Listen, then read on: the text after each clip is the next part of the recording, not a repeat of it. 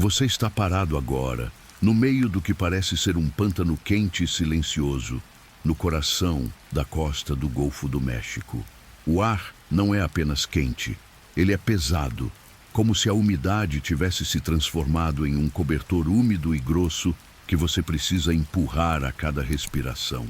Você consegue ouvir apenas o zumbido distante de insetos que parecem ter a mesma idade que o tempo, e o som suave e úmido de suas próprias roupas de linho que se colam à sua pele. É aqui, neste silêncio sufocante, que jazem os vestígios da primeira grande civilização da Mesoamérica, aquela que muitos chamam de civilização mãe, os Olmecas.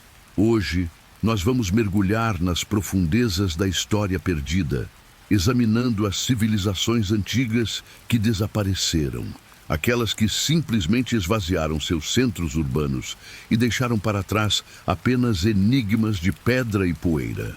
Se essa ideia de mistérios milenares embala você para um sono tranquilo, faça aquele movimento relaxado e gentil de deixar o like, se inscrever no canal e nos comentários me diga que horas são aí e de qual cidade maravilhosa você está assistindo. Isso ajuda o algoritmo a entender que o silêncio e o sarcasmo suave são exatamente o que precisamos para relaxar. Agora, feche os olhos por um momento, mas mantenha a mente aberta, porque você está prestes a trombar com algo muito, muito grande.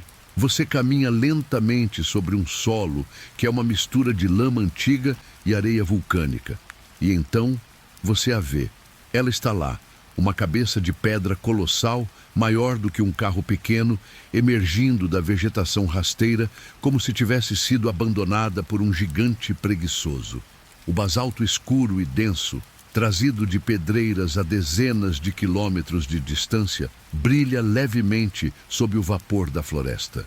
O esforço logístico para mover esta única peça de rocha vulcânica, pesando entre 10 e 50 toneladas, é tão absurdo que faz você repensar seus próprios problemas de mudança.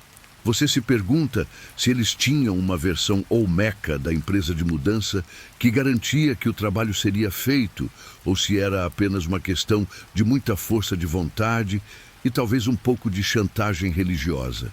De qualquer forma, eles moveram mais de 17 dessas cabeças.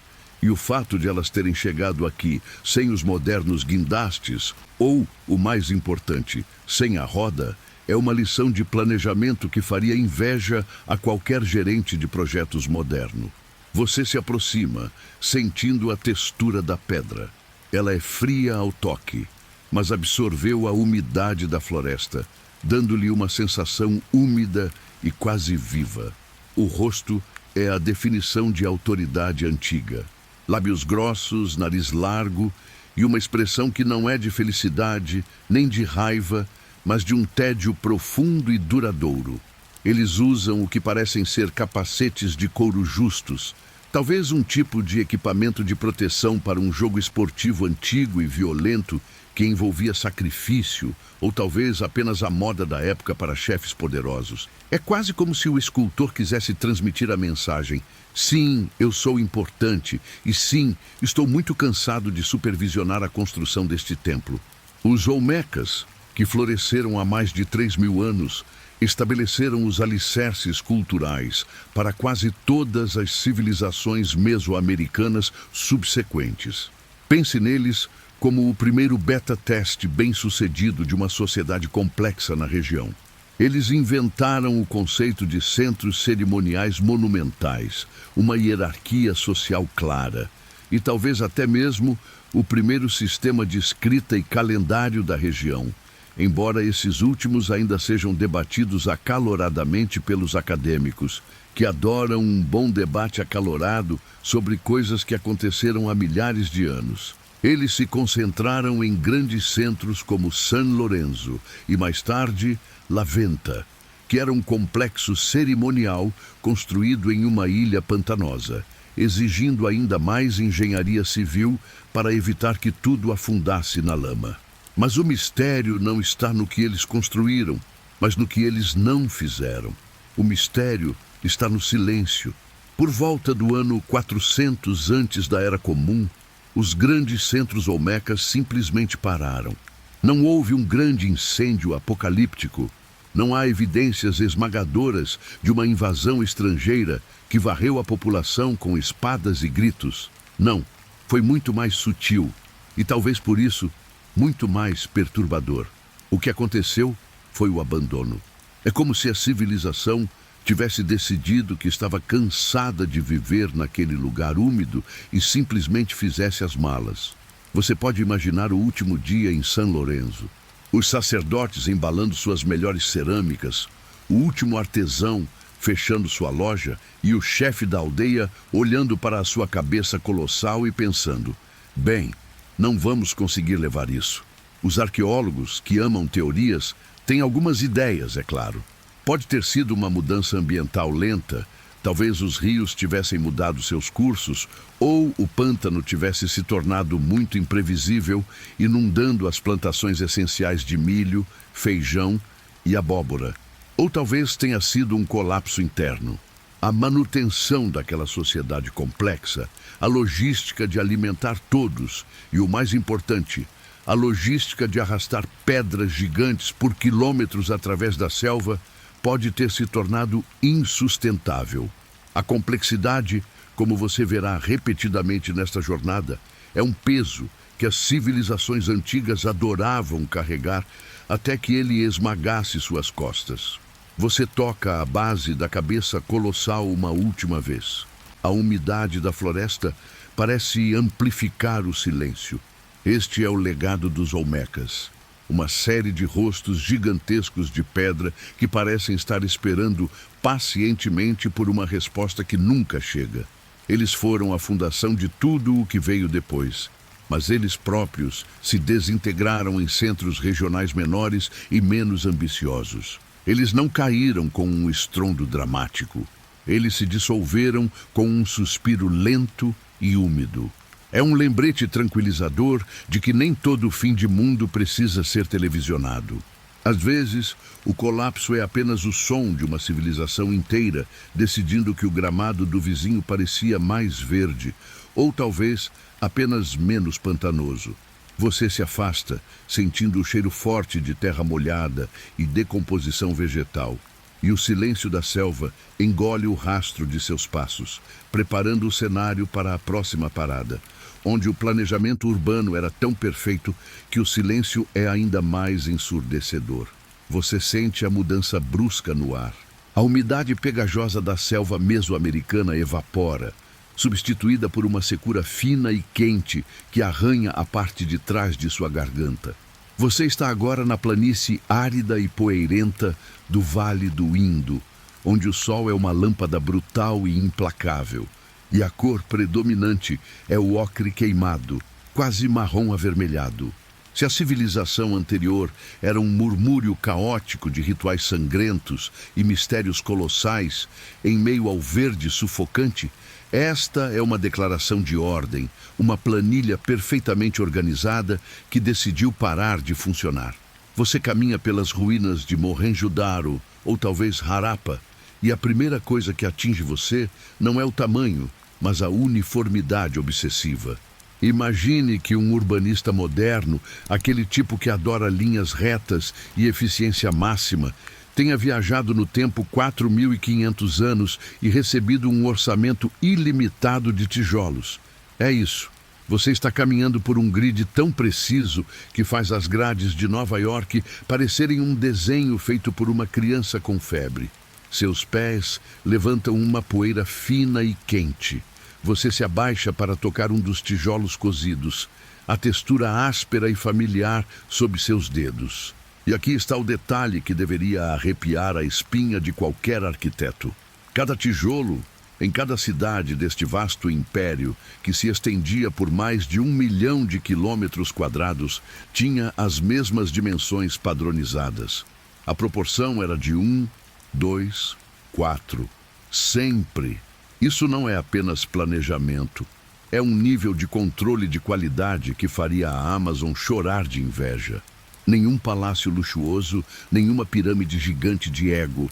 Apenas tijolos perfeitamente iguais, repetidos e repetidos em uma ode ao funcionalismo. Você percebe que o som aqui é diferente. Na selva, havia o silêncio preenchido pelo zumbido dos insetos e o gotejar da umidade. Aqui, há um silêncio seco e pesado, como se o ar estivesse esperando que alguém finalmente explicasse o que aconteceu. Você não ouve as buzinas de guerra, nem os gritos de invasores. Você só ouve o som amplificado de sua própria respiração, lenta e controlada, e o sussurro da areia arrastada pelo vento quente. A maior parte das cidades do Indo parecia ter apenas duas áreas principais: a cidadela, ligeiramente elevada, talvez para controle de cheias, talvez para armazenamento, mas definitivamente não para ostentação real, e a cidade baixa, onde vivia a vasta maioria da população. Você examina as casas, todas parecidas. Não há mansões que gritam "eu sou o rei", ou cabanas que sussurram "eu sou o servo". Em vez disso, você encontra casas de 2 andares, com banheiros privativos e sistemas de drenagem que canalizavam a água suja para fora das ruas através de esgotos cobertos. Pense nisso por um momento. Esta civilização tinha um saneamento básico melhor do que muitas cidades europeias tinham 3.000 anos depois, e talvez até melhor do que algumas áreas metropolitanas hoje. É a curiosidade surpreendente que realmente define esses povos. Eles valorizavam o encanamento mais do que a guerra. Você caminha em direção ao que se chama o Grande Banho de Mohenjo-Daro. É uma piscina de tijolos perfeitamente vedada, com betume natural, com degraus que descem para a água, que obviamente se foi há muito tempo. Você toca a superfície fria e lisa, imaginando o ritual que acontecia ali. Não sabemos se era um batismo, uma purificação social ou apenas um bom banho comunitário para aliviar o calor do verão. O que sabemos é que não há templos óbvios, nenhum panteão de deuses gravados em pedra, nenhuma estátua colossal de líderes divinos. É como se eles tivessem decidido que a organização e o comércio eram os deuses supremos. Eles eram um povo de comerciantes. Você vê evidências de pesos e medidas padronizados usados desde a costa do Mar Arábico até as montanhas, garantindo que ninguém fosse enganado na transação de grãos ou contas de cornalina. Eles negociavam com a Mesopotâmia e seus selos de esteatita, pequenas obras de arte com animais e símbolos que ainda não conseguimos decifrar, aparecem em sítios arqueológicos a milhares de quilômetros de distância. Você se senta em um degrau de tijolo, sentindo a vibração do tédio antigo. O Vale do Indo era a civilização mais eficiente, mais limpa e mais padronizada que o mundo havia visto. E então, por volta de 4.000 anos atrás, ela simplesmente parou. Não houve um Armagedon sangrento. Não há evidências de um exército invasor deixando pilhas de crânios. O que aconteceu é muito mais sutil e, por isso, muito mais assustador. O consenso científico aponta para a mudança climática. O sistema de monções, que alimentava a vida e a agricultura na região, começou a enfraquecer. Os rios, que eram a espinha dorsal de sua vida, especialmente o poderoso Gagarhakra, muitas vezes identificado como o lendário Saraswati, começaram a secar ou a mudar de curso drasticamente. Imagine o horror lento e silencioso. Não é um ataque de bárbaros, é a torneira da vida que goteja cada vez menos. Os canais de irrigação, que exigiam uma manutenção constante e organizada, tornam-se inúteis. As colheitas diminuem. A população, que dependia daquela organização perfeita, começa a se dispersar lentamente em busca de água em outras direções, migrando para o leste em direção ao Vale do Ganges ou para o sul. A complexidade da sociedade se desfaz, não em um grito, mas em um gemido longo e arrastado. As cidades não são conquistadas, elas são abandonadas. Os tijolos, antes símbolos de uma padronização rigorosa, tornam-se apenas tijolos secos e desbotados, voltando lentamente para a areia da qual vieram. As pessoas que valorizavam a paz e a limpeza acima de tudo simplesmente se mudaram, levando consigo suas habilidades de negociação e seus hábitos de banho, mas deixando para trás a infraestrutura colossal que não podia mais ser sustentada pelo clima. Você se levanta, sacudindo a poeira que parece ter o peso de 4 milênios. O mistério do Vale do Indo não é o que os destruiu, mas como eles conseguiram desaparecer de forma tão completa e francamente tão polida. Eles não deixaram monumentos de sua queda, apenas o silêncio e o layout perfeito de ruas que hoje não levam a lugar nenhum. É uma lição de humildade. Às vezes, o maior inimigo de uma civilização não é a espada, mas a sede e a incapacidade de se adaptar quando a natureza decide reescrever o mapa. Você inspira o ar quente e vazio, sentindo a ausência de vida, e se prepara para o próximo salto, onde o fim virá com um estrondo vulcânico, um evento tão dramático que se tornaria a base de um mito. Você não está mais na planície árida e organizada do Vale do Indo. Agora, você mergulha de cabeça no verde saturado, o tipo de verde que parece gritar, da península de Yucatán. O ar aqui é uma entidade física, espessa e quente, como se você estivesse respirando um caldo tropical denso.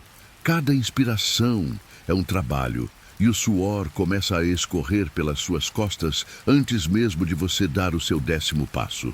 Este é o domínio dos antigos maias, e a selva não está apenas cobrindo suas ruínas, ela as está devorando lentamente, centímetro por centímetro, com uma paciência que faz o tempo parecer irrelevante. Você caminha sobre a terra úmida, sentindo o cheiro de mofo antigo e a doçura enjoativa da decomposição vegetal. É o perfume da vida selvagem triunfando sobre a civilização. Você escuta o zumbido incessante, uma orquestra de insetos que nunca tira folga. É o som de 1 milhão de pequenas máquinas biológicas trabalhando para desmantelar o que os humanos construíram. Você finalmente emerge em uma clareira, e lá está ele, um templo colossal, coberto de musgo e videiras, projetando-se em direção ao céu como um dente quebrado. Você sente a textura da pedra calcária sob seus dedos. É porosa, áspera, mas onde os glifos foram talhados, ela é surpreendentemente suave, desgastada por mais de 1 milênio de chuvas tropicais. Os maias clássicos eram a epítome da sofisticação mesoamericana. Eles eram mestres em mapear as estrelas, criando calendários tão precisos que fariam o seu aplicativo de agenda parecer um rabisco de criança. Eles dominavam a matemática, o conceito de zero, a arquitetura monumental. Eles construíram cidades como Tikal e Calakmul, metrópoles vibrantes que abrigavam dezenas de milhares de pessoas. E então, entre os anos 800 e 900 depois de Cristo, a festa parou. As grandes cidades do sul foram esvaziadas. Os reis pararam de erguer estelas para registrar suas conquistas. O silêncio desceu sobre a selva. É como se a civilização tivesse simplesmente desligado o Wi-Fi e ido embora. Você sobe os degraus íngremes de um templo abandonado, usando as mãos para se firmar nas pedras escorregadias. Lá de cima, você pode ver o dossel verde se estendendo até o horizonte, uma vastidão que esconde os restos de inúmeras aldeias e campos. E é aqui que a ironia da história lhe atinge com uma sutileza sarcástica. Esses caras eram gênios, mas falharam miseravelmente em algo fundamental: a gestão de recursos hídricos e ambientais. A teoria dominante para o grande colapso clássico maia não é uma invasão épica ou um terremoto apocalíptico. É muito mais mundana e, francamente, deprimente. Foi a sede. Os cientistas apontam para evidências de secas prolongadas e severas, que duraram décadas, talvez até um século em diferentes fases. O clima mudou, tornando-se mais seco, e a chuva simplesmente parou de chegar na quantidade necessária.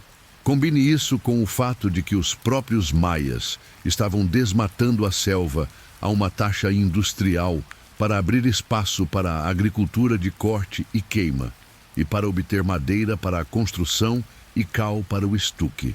Eles estavam, sem saber, cozinhando o próprio planeta. Eles removeram a cobertura vegetal que ajudava a reter a umidade, transformando o ciclo hidrológico em um desastre. Você pensa, é o equivalente antigo a construir uma mansão gigante, mas esquecer de cavar o poço. A superpopulação nessas cidades monumentais só exacerbou o problema. Havia muitas bocas para alimentar e muito pouca água quando a seca chegou.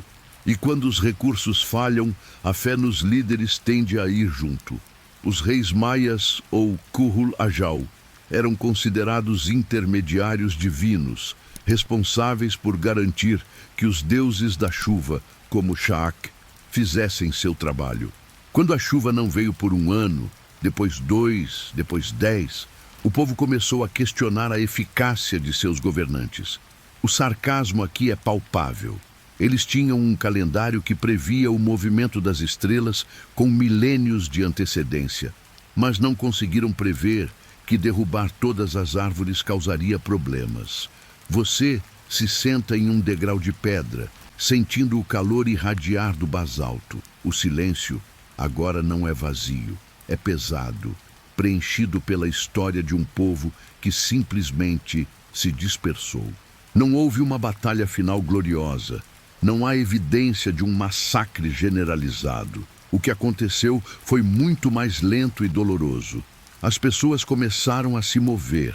Elas deixaram os grandes centros cerimoniais e voltaram para assentamentos menores e mais sustentáveis no norte ou nas terras altas, onde a água era mais acessível.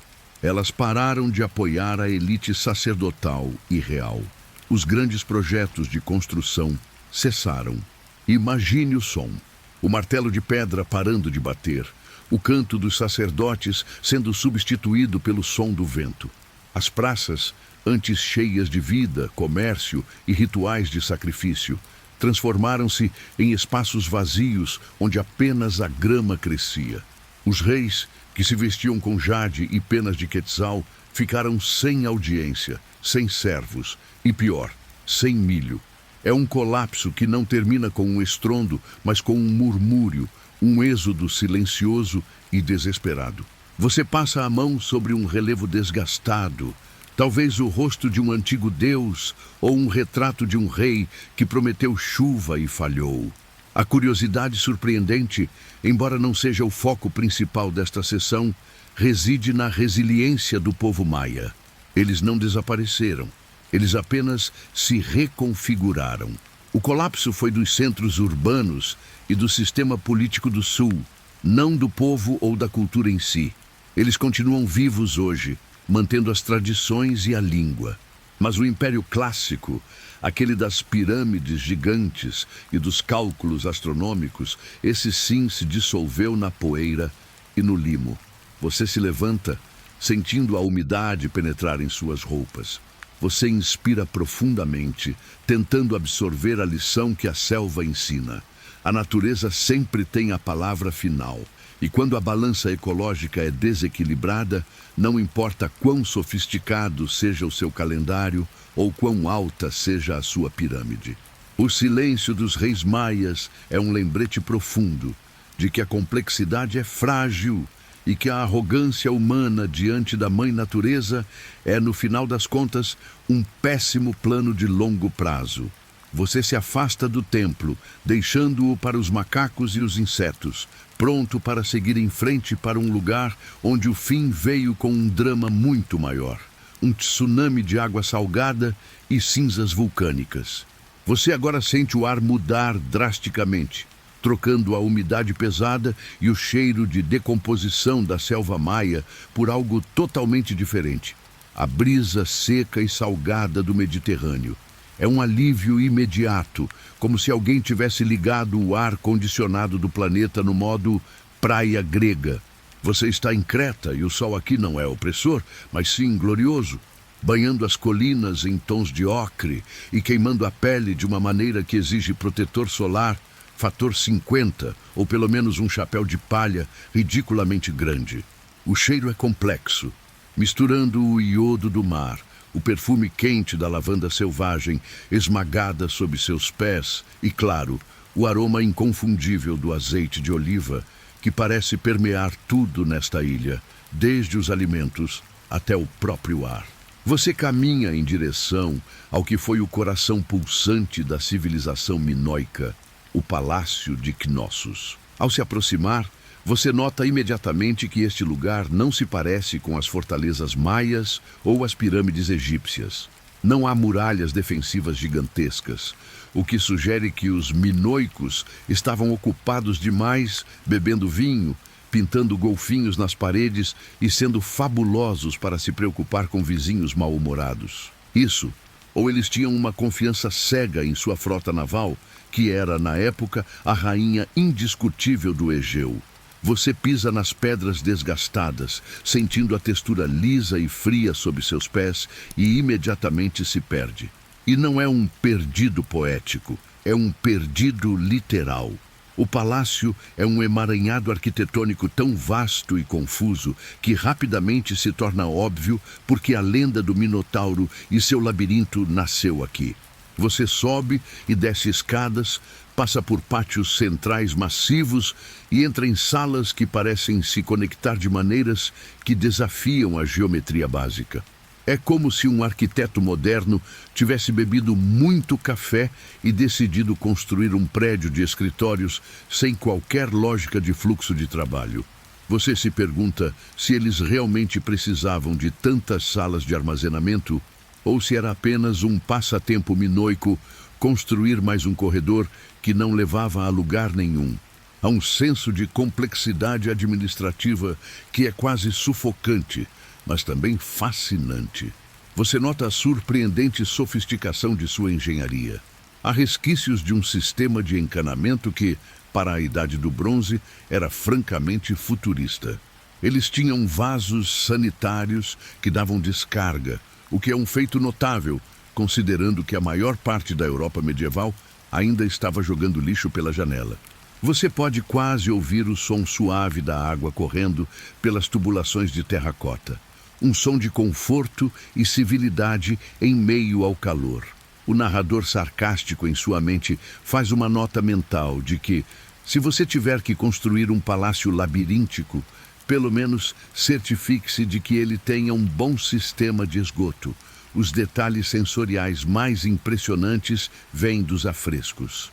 Embora muitas das cores tenham desbotado, você ainda pode ver os tons vibrantes de azul celeste, vermelho tijolo e amarelo ouro que adornavam as paredes.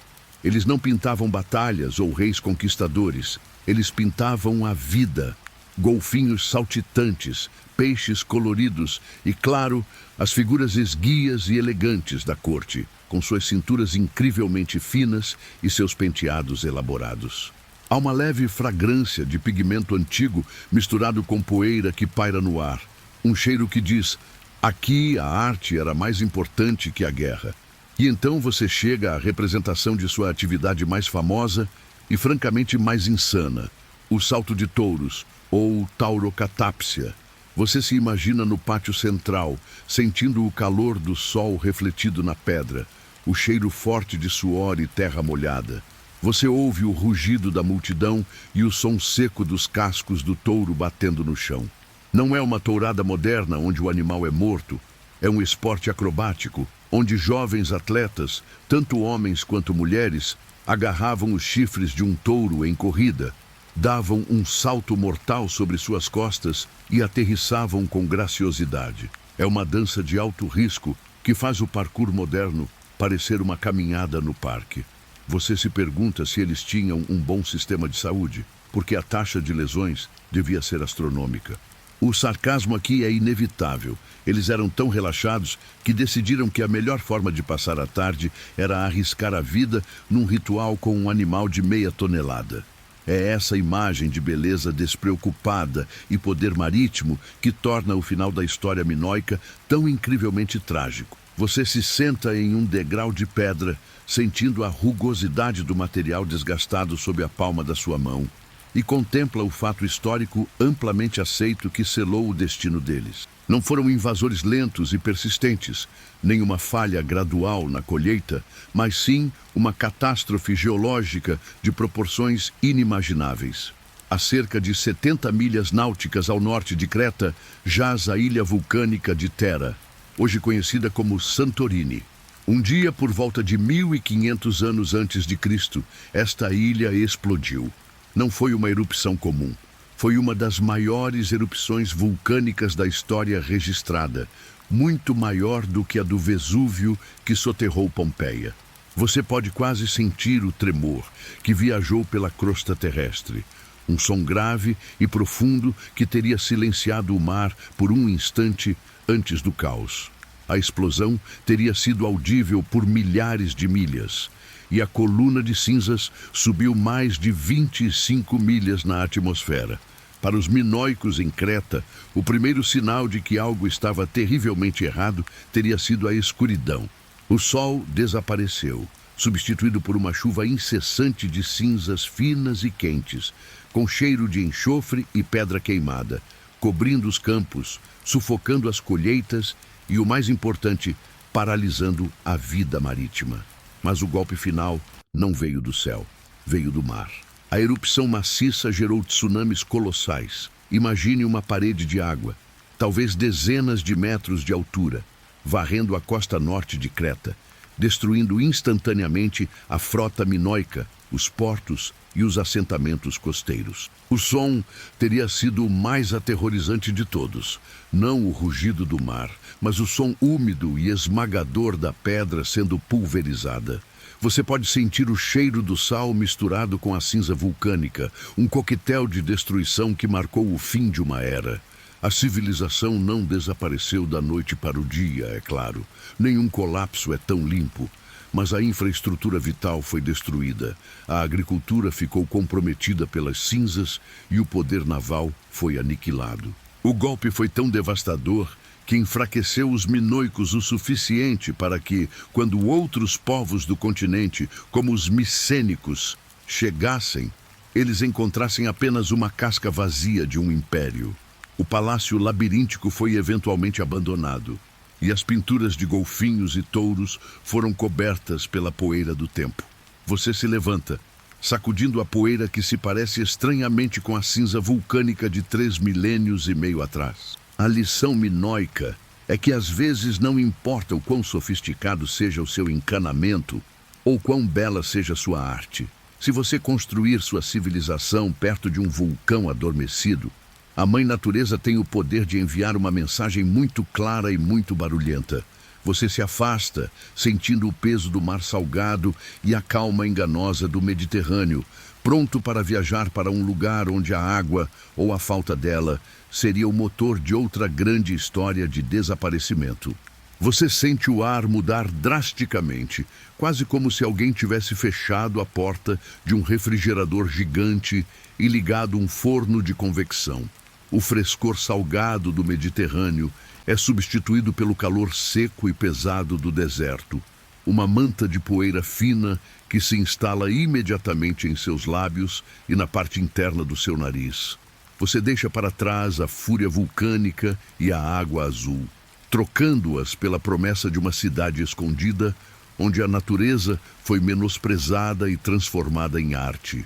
Se os minoanos eram mestres do mar, os nabateus, o povo que construiu Petra, eram mestres de redefinir o que significa sobreviver na secura absoluta.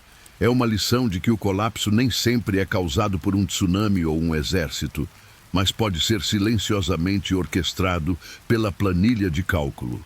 Você caminha agora pela entrada e a experiência é deliberadamente dramática. Você está entrando no Sikh, a garganta estreita que serve como a única porta de entrada para Petra.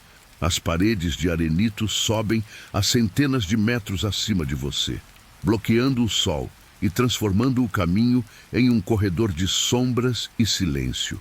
A rocha não é apenas marrom ou cinza, ela é viva. É um caleidoscópio de tons de rosa, vermelho sangue, amarelo queimado e roxo profundo. como se o próprio deserto tivesse sido misturado com especiarias e solidificado. O chão sob seus pés é areia misturada com cascalho polido pelos séculos de inundações repentinas e cascos de camelos. Você ouve apenas o som oco e amplificado de seus próprios passos. É um ritmo hipnótico, quase como um ASMR natural, onde cada passo é um suspiro na pedra. A luz do sol entra em fendas irregulares, criando faixas douradas que dançam nas esculturas de água e canais que os nabateus engenhosamente esculpiram nas paredes para direcionar cada gota preciosa. Pense nisso. Em um dos lugares mais secos do planeta, eles eram mestres em hidráulica. Isso é a curiosidade surpreendente que realmente define essa civilização. Eles não apenas sobreviveram, eles prosperaram. Eles controlavam as inundações repentinas do deserto com barragens inteligentes e armazenavam água em cisternas escondidas, criando um oásis artificial no meio do nada. Eles tinham um sistema de distribuição de água que faria inveja a muitas cidades modernas. Eles transformaram a escassez em uma vantagem estratégica, vendendo água para as caravanas que passavam, cobrando um preço premium pela sobrevivência. Eles eram os donos do posto de gasolina no meio do Saara, e o produto deles era a vida. Você caminha por talvez 1,5 km e a claustrofobia do Sikh começa a se intensificar. Você se sente como um grão de areia espremido entre dois gigantes adormecidos. E então, sem aviso, a fenda começa a se alargar. A luz do sol entra com força total. E você vê uma visão que parece um erro de cálculo, uma miragem que desafia a geologia. É Al-Kazné, o tesouro. Você para e respira fundo, porque o cheiro da poeira seca e o calor do arenito irradiando para fora são quase avassaladores. O tesouro não foi construído, foi revelado. Ele é esculpido diretamente na face do penhasco. As colunas coríntias, as estátuas de deuses e figuras míticas e a fachada de 2 andares são de uma precisão que parece ter sido feita com lasers de alta tecnologia, e não com cinzéis há mais de 2.000 anos. Você estica a mão e toca a pedra, sentindo a aspereza do arenito e a frieza sutil nas reentrâncias sombreadas. Você nota que a cor da rocha, o famoso rosa de Petra, muda a cada hora do dia, mas neste momento, sob o sol forte, ela queima em um tom de laranja e rosa que é impossível de replicar. Os nabateus eram os intermediários do mundo antigo. Eles controlavam a rota do incenso, o equivalente antigo da logística global. Eles eram o Alibaba e a Amazon combinados, gerenciando o fluxo de mercadorias de luxo que ligavam o sul da Arábia ao Mediterrâneo. Eles vendiam mirra e incenso, especiarias exóticas, sedas e perfumes. O incenso, em particular, era o petróleo da época, essencial para rituais religiosos e para mascarar o cheiro de uma vida sem desodorante. A riqueza deles era colossal, e essa riqueza permitiu que eles transformassem uma parede de cânion em uma obra-prima arquitetônica. Eles tinham o dinheiro para ter bom gosto e a habilidade para executá-lo. Mas aqui está a parte que realmente deveria te dar arrepios. E é o fato histórico que selou o destino deles. Eles foram vítimas de uma mudança econômica global. O império deles era baseado na localização e no monopólio das rotas terrestres. No entanto, com o aumento da eficiência do Império Romano e o desenvolvimento de rotas marítimas mais seguras e rápidas através do Mar Vermelho, o modelo de negócios de Petra começou a desmoronar. Imagine ser o dono da maior rede de táxis do mundo e, de repente, alguém inventa o carro autônomo e o avião. Você não é invadido por bárbaros. Você não é derrubado por um terremoto, embora terremotos tenham ajudado. Você é simplesmente contornado. O fluxo de incenso e especiarias não parou, mas ele mudou de endereço. As caravanas pararam de vir porque era mais barato e mais rápido enviar os produtos pelo mar. A cidade, que prosperou por ser o centro de convergência das rotas terrestres, tornou-se economicamente irrelevante. É um colapso que se arrasta, lento, como um vazamento de pneu que você ignora por meses. A receita de pedágio e impostos desaparece. A manutenção dos canais de água se torna muito cara. As pessoas mais ricas se mudam para centros comerciais mais novos e vibrantes. Petra não foi destruída em uma noite. Ela foi abandonada lentamente. Uma cidade que perdeu seu propósito econômico. Os edifícios permaneceram, mas o barulho das moedas e o cheiro doce do incenso deram lugar ao cheiro de poeira e silêncio. Você caminha agora pela Rua das Fachadas, vendo as centenas de outras tumbas esculpidas na rocha, menos grandiosas que o tesouro, mas igualmente impressionantes. O sol do deserto atinge a pedra com uma intensidade que faz você piscar. Você pode quase sentir o calor da pedra sob suas mãos. Um calor que manteve a história preservada, mas que também simboliza o calor sufocante da irrelevância. O sarcasmo aqui é que, mesmo com toda a sua engenharia de água genial, eles não conseguiram inventar uma maneira de mover o oceano para mais perto deles. Eles foram muito bons em resolver problemas de água, mas muito lentos em se adaptar ao problema de logística de frete. É uma lição amigável de que, não importa quão boa seja sua infraestrutura, se o mercado global decidir que você está obsoleto, você se tornará apenas uma bela relíquia, esperando pacientemente que algum turista moderno venha tocar seu muro e se maravilhar com a tragédia da obsolescência econômica. A poeira de Petra, que você sente agora em sua boca, é o sabor amargo de um império que foi à falência. Você se vira, deixando a cidade rosa e silenciosa para trás, pronto para explorar outro império que também lutou e perdeu contra a força implacável da água. Você agora se encontra submerso em um tipo de umidade diferente. O ar da selva cambojana te abraça com a força de um cobertor molhado. Esqueça a poeira seca e o cheiro de incenso fossilizado de Petra. Aqui, o aroma é de terra preta, folhas em decomposição e um doce e enjoativo perfume de floração tropical que tenta, e falha, mascarar o cheiro de mofo antigo. A cada inspiração, você sente o vapor pegajoso entrar em seus pulmões. E o barulho dos insetos é um zumbido constante, um ruído branco natural que preenche o espaço que antes era ocupado pelo silêncio sepulcral do deserto. Você está no coração do Império Khmer, olhando para os restos de Angkor Wat, mas a verdadeira maravilha não é o templo que se ergue à sua frente. A maravilha está sob seus pés, invisível, complexa e totalmente exaustiva. A civilização Khmer, no seu auge, não era apenas um centro religioso, era uma máquina de engenharia hídrica, uma startup de tecnologia de irrigação em escala épica que faria inveja a qualquer planejador urbano moderno. Você caminha sobre o que já foi uma rede de canais e reservatórios gigantescos, os famosos barrays, que se estendiam por centenas de quilômetros quadrados. Imagine construir represas que parecem lagos naturais, mas que foram meticulosamente projetadas para capturar a monção de verão e armazená-la para os longos meses de seca. É uma ideia brilhante, quase arrogantemente eficiente. Os khmerês acreditavam que, controlando a água, eles controlavam o cosmos, e por um tempo eles estavam certos. Água significava arroz.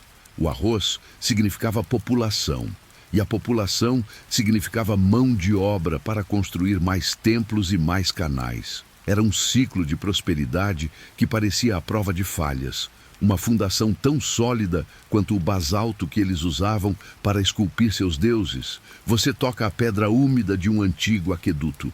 A textura é áspera e fria, coberta por um musgo verde esmeralda que se agarra à superfície como um parasita macio. Você pode ouvir o som de água pingando em algum lugar próximo, um lembrete constante da obsessão deles pela gestão de líquidos. O sistema de Angkor era tão vasto que alguns pesquisadores estimam que a rede de canais e represas cobria uma área maior do que a moderna Los Angeles. Eles podiam ter até 400 quilômetros de canais principais, e os barais, como o Barai Ocidental, chegavam a ter quase 64 quilômetros quadrados de superfície. Isso não é apenas engenharia, é uma declaração de poder burocrático. Para manter tudo isso funcionando, era preciso um exército de administradores, engenheiros e, crucialmente, trabalhadores braçais que dragavam a lama e reparavam as margens dia após dia, ano após ano. E aí reside a beleza e a tragédia da civilização Khmer. Eles se tornaram vítimas da própria complexidade. Você pode pensar nisso como o equivalente antigo de ter um software tão robusto que requer mais recursos para rodar e atualizar do que o benefício que ele realmente oferece. O sistema hídrico de Angkor era uma obra-prima, mas exigia manutenção perpétua. O problema é que, quanto mais a população dependia da irrigação artificial para sustentar sua densidade, mais vulnerável ela se tornava a qualquer falha na rede, e as falhas eram inevitáveis. A curiosidade surpreendente que se esconde sob esta paisagem é que o colapso não veio de um ataque externo massivo, embora houvesse conflitos, nem de uma seca repentina e catastrófica. O colapso veio de uma exaustão lenta e silenciosa. O esgotamento ambiental começou com a própria construção. Para alimentar e abrigar a vasta população necessária para construir e manter os barais, a selva circundante foi desmatada em uma escala industrial. Sem as raízes das árvores para segurar o solo durante as monções violentas, a erosão acelerou drasticamente.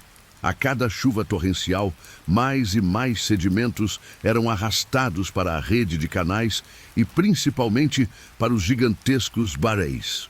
A função principal dos reservatórios era armazenar água, mas eles estavam se enchendo de lama e areia a um ritmo muito mais rápido do que a capacidade humana de dragar.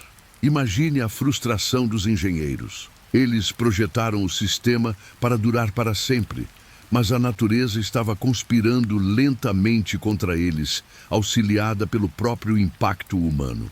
A capacidade de armazenamento dos barais começou a diminuir. Menos água armazenada significava menos arroz durante a estação seca. Menos arroz significava menos comida para os trabalhadores que deveriam dragar os canais.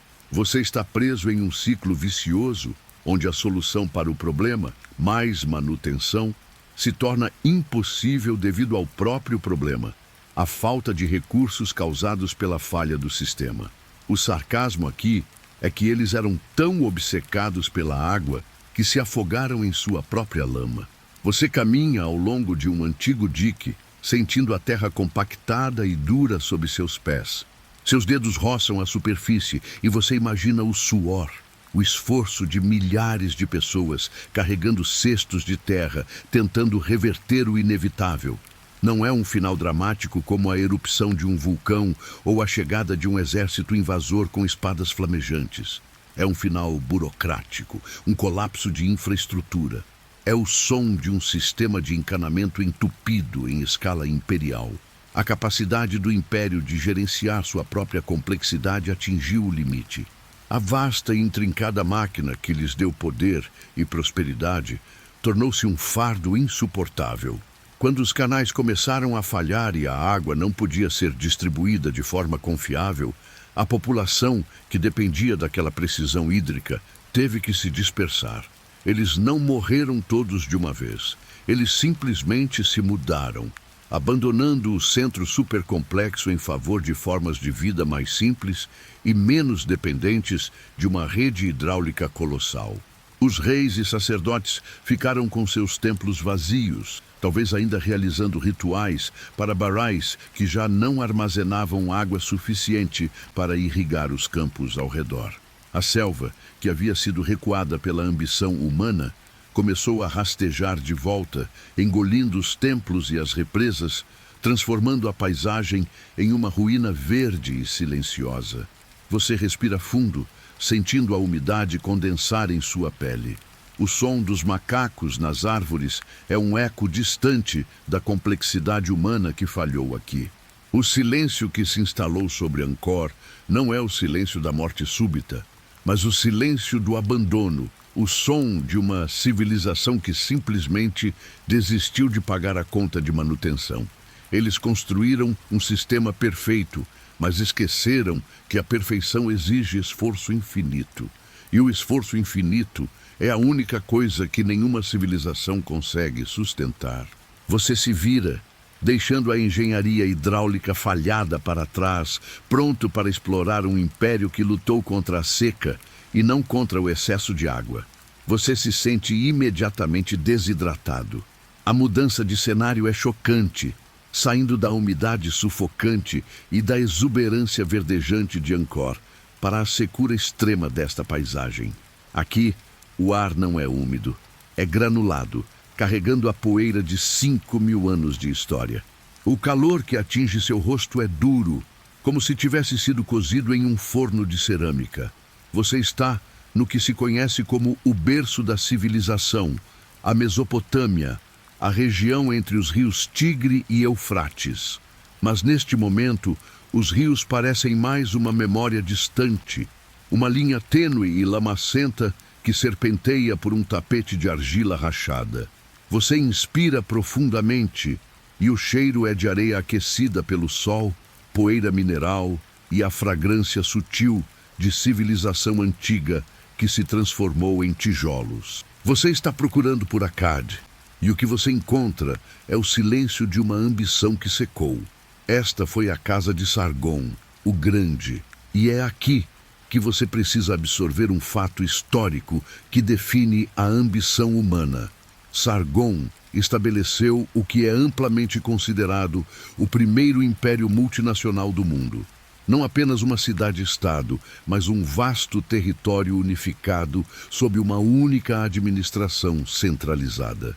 Ele pegou as cidades-estados de Sumer, que já eram antigas e complicadas, e as juntou com seu próprio reino, Akkad, criando uma máquina administrativa que era, para a época, a coisa mais sofisticada que se podia imaginar.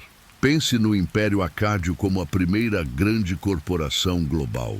Eles padronizaram pesos e medidas, estabeleceram uma linguagem comum para o governo e criaram uma burocracia eficiente baseada em escribas que registravam tudo em tábuas de cuneiforme. Você pode quase ouvir o som suave e rítmico dos estiletes de junco pressionando a argila úmida, registrando transações de cevada, gado e o cobre que vinha de terras distantes. O som era o ritmo do comércio, o batimento cardíaco de um sistema que funcionava perfeitamente. Eles eram invencíveis, bem armados e, acima de tudo, incrivelmente organizados. Eles controlavam a água, o recurso mais vital desta terra árida, e seu domínio parecia garantido, eterno, como a promessa anual de inundação dos rios. Mas o que acontece quando o sistema de controle mais avançado do mundo não pode controlar a única coisa que realmente importa? O clima. O colapso de Akkad não veio na forma de um exército invasor que marchou sobre a capital e a incendiou, embora conflitos internos certamente tenham contribuído. O colapso veio na forma de uma mudança climática persistente e global.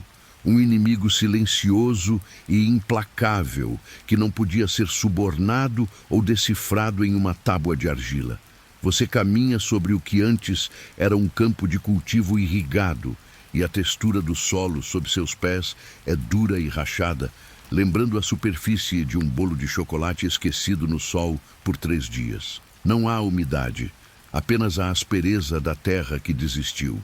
O sarcasmo aqui é que, para uma civilização tão focada em registros e administração, eles não tinham uma coluna para falha climática catastrófica de duração indeterminada em seus orçamentos. Eles estavam prontos para a guerra, para a rebelião, para a inflação, mas não para a ausência de chuva.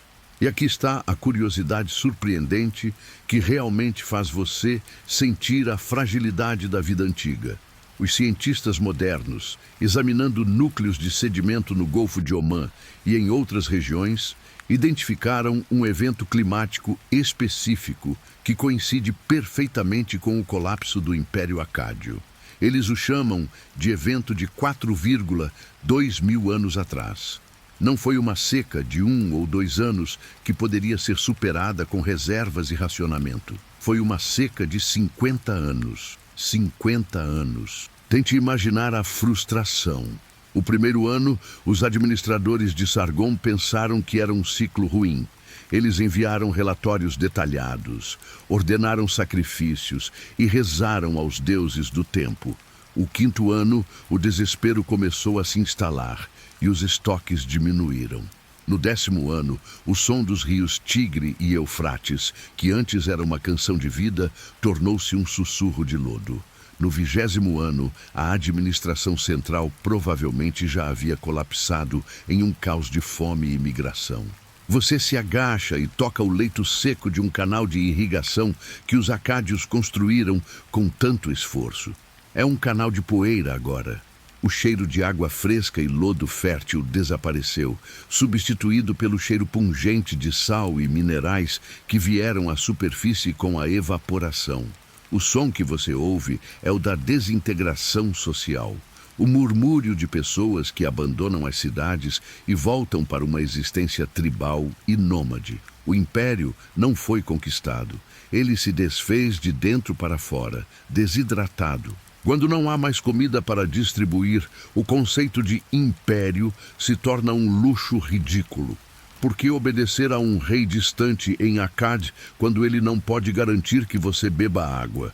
O poder central se dissolveu em pequenos conflitos regionais, e o vácuo foi preenchido por grupos que foram menos afetados pela seca ou que estavam mais dispostos a lutar pelos últimos filetes de água. Este não foi um fim rápido e dramático como o mito de Atlântida. Foi uma morte lenta e agonizante por sede. A poeira que você sente em seus lábios agora é a poeira de milhares de tábuas de argila que detalham uma burocracia perfeita, mas inútil. Ela se instalou sobre os registros de Sargon, sufocando a memória de sua grandeza. O calor do deserto, que era a força vital de Akkad quando os rios estavam cheios, tornou-se seu carrasco quando eles secaram. Você se levanta, limpando a poeira das suas roupas. A lição de Akkad é cruelmente simples. A complexidade é uma fraqueza quando confrontada com a natureza em sua forma mais extrema. A melhor administração do mundo não pode fazer chover. Você deixa para trás o silêncio seco da Mesopotâmia. Sua próxima jornada o levará para o lugar mais isolado do planeta, onde o colapso não foi causado por uma seca global, mas por uma falha de planejamento de recursos em um espaço extremamente limitado. Você sente o vento salgado em sua imaginação, preparando-se para a Ilha de Páscoa, um lugar onde a humanidade teve que enfrentar o espelho de sua própria ganância. Você sente a mudança no ambiente. O calor seco da Mesopotâmia se dissipa, substituído por uma umidade pesada e o cheiro penetrante e inconfundível de sal marinho. Você flutua sobre o maior corpo de água do planeta, o Oceano Pacífico, e a jornada termina abruptamente em um triângulo minúsculo de terra vulcânica. Você está em Rapa Nui, a Ilha de Páscoa, o ponto habitado mais isolado do mundo, a mais de 2.000 milhas do Chile e a mais de 2.500 milhas da Polinésia. Este não é um lugar que se desintegrou sob a pressão de vizinhos invasores ou de uma seca continental. Este é o experimento de laboratório perfeito, um estudo de caso sobre o que acontece quando você está sozinho e decide usar todos os seus suprimentos. O silêncio aqui é diferente. Não é o silêncio de uma metrópole abandonada, onde você espera que o eco de passos antigos volte. É um silêncio oceânico, vasto e opressor. Você ouve apenas o som do vento, que não encontra resistência. Ele chicoteia a grama curta e varre as encostas dos vulcões extintos, um som limpo e frio que é estranhamente reconfortante. como o ruído branco que custa $20 por mês em um aplicativo de meditação. Mas, se você se concentrar, pode ouvir a ausência de árvores, a ausência de pássaros grandes. Você caminha sobre o terreno acidentado, sentindo a textura áspera e porosa da rocha vulcânica sob os seus pés imaginários. A paisagem é despojada, quase lunar, mas o que chama sua atenção, claro, são eles, os Moai. Eles estão lá, alinhados ou caídos, com seus rostos alongados e narizes proeminentes, olhando para dentro da ilha, protegendo a comunidade que os construiu. Eles parecem segredos petrificados, ou talvez sejam apenas os maiores e mais antigos emoticons de pedra do mundo, expressando uma mistura de surpresa, desapontamento e um eterno "eu avisei". A escala é impressionante. Você se aproxima de uma das cabeças que jaz no chão, o musgo e o líquen começando a colonizar as feições. Algumas dessas estátuas pesam mais de 80 toneladas. Imagine a logística. Este é o fato amplamente conhecido. A construção e, crucialmente, o transporte dessas figuras colossais exigiram uma engenharia social complexa e, mais importante, uma quantidade colossal de recursos naturais. Para mover um moai de 80 toneladas por quilômetros de terreno irregular, você precisava de toras robustas, para-rolos, cordas fortes e centenas de pessoas puxando. Era uma competição silenciosa entre clãs, uma espécie de corrida armamentista de arte pública. Quem tinha o moai mais alto, mais imponente, com o chapéu de pedra vermelha mais estiloso. Você se senta e toca o solo. A textura é seca, o cheiro é de poeira mineral e sal. Você tenta imaginar como era quando os primeiros colonos polinésios chegaram, por volta do ano 1200. Eles encontraram uma ilha exuberante, coberta por densas florestas de palmeiras gigantes, algumas talvez mais altas do que as palmeiras chilenas modernas. Era um paraíso isolado, um navio de recursos navegando no vazio do Pacífico. O que acontece depois é a lição. Os recursos eram finitos, mas a ambição humana não era. Eles cortaram as árvores para construir canoas, essenciais para a pesca em alto mar e para aquecer suas casas. Mas a maior demanda veio da necessidade de mover e erguer os moai. Cada estátua era um pedaço de floresta sacrificado. O processo foi gradual, mas implacável. Você pode quase ouvir o som rítmico e lento dos machados de pedra e o rangido ensurdecedor das toras rolando sob o peso da pedra. O cheiro de resina queimando e madeira nova pairava no ar por séculos. Mas em algum momento, o som dos machados parou, não por escolha, mas por exaustão. A última palmeira gigante foi derrubada. E aqui entra a curiosidade surpreendente, um detalhe que adiciona uma camada de ironia trágica. A extinção da palmeira de Rapa Nui foi acelerada não apenas pelos humanos, mas por um aliado inesperado e minúsculo, o rato polinésio. Esses roedores, que vieram como passageiros clandestinos nas canoas dos colonos, proliferaram descontroladamente na ausência de predadores naturais.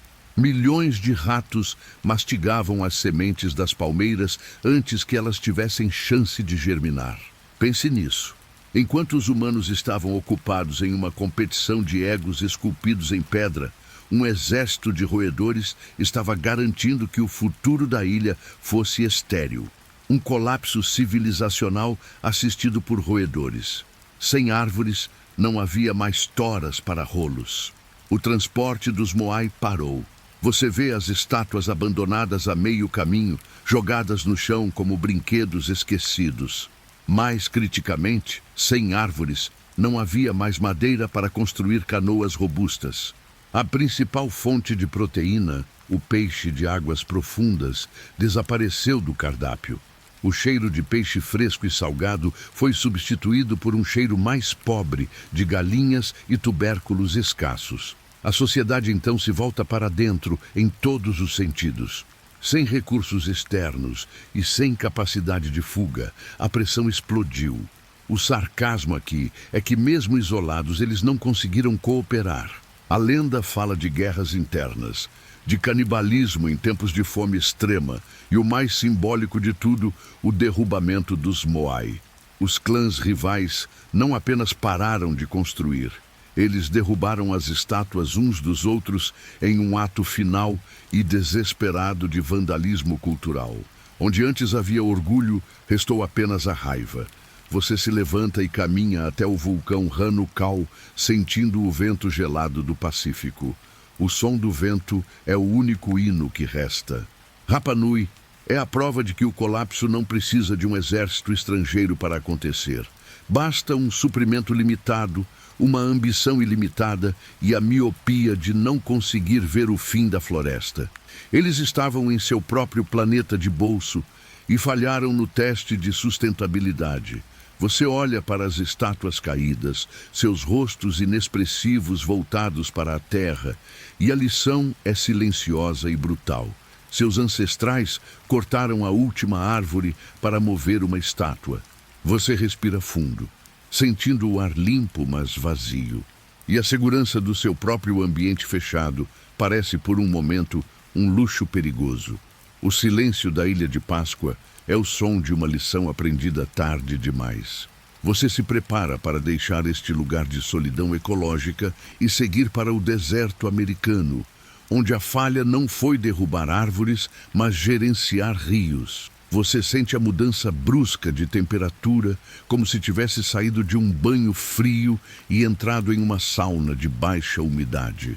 A umidade salina da Ilha de Páscoa desaparece instantaneamente, substituída pelo calor seco e abrasador do deserto de Sonora, no que hoje conhecemos como Arizona. O ar aqui é tão fino que parece exigir mais esforço para inflar seus pulmões. E o sol não bronzeia, ele simplesmente frita. A terra é de um tom de ferrugem profundo, pontilhada por cactos saguaro, que parecem sentinelas espinhosas, observando tudo com paciência, que só as coisas que vivem por 200 anos podem ter. Você pisa sobre uma camada de poeira fina e avermelhada, que sobe em pequenas nuvens preguiçosas, e o silêncio é diferente. Não é o silêncio do oceano, mas o silêncio de um forno desligado, onde tudo está quieto, porque tudo que podia fazer barulho já secou e quebrou há muito tempo. Estamos no lar dos Hohokam, um nome que, curiosamente, significa aqueles que se foram, na língua Pima moderna. Um nome apropriado, você pensa, enquanto tenta se convencer de que este deserto escaldante foi um dia o lar de uma das civilizações de irrigação mais engenhosas que a América do Norte já viu. Você precisa de um gole de água, mas o que você realmente precisa é de perspectiva. Imagine o seguinte: você está em um lugar onde a chuva é uma lenda, e ainda assim, por mais de 1000 anos, este povo conseguiu cultivar milho, feijão e abóboras suficientes para sustentar dezenas de milhares de pessoas. Isso não é apenas jardinagem. É uma afronta audaciosa à natureza, e eles o fizeram com cestos e pás de madeira. Você caminha ao longo de uma depressão sutil no solo, uma cicatriz leve na paisagem que, se você olhar de perto, revela a geometria precisa de um canal. Este não é um riacho sinuoso, é uma linha reta e decidida, feita para desafiar a gravidade e o bom senso. Os Hohokam construíram uma rede de canais que se estendia por mais de 550 quilômetros. 550 quilômetros, você ouve isso? É o equivalente a construir a rede de metrô de uma capital moderna, mas você está fazendo isso a céu aberto, sob um sol de 40 graus, e o único poder que você tem é o poder da colaboração.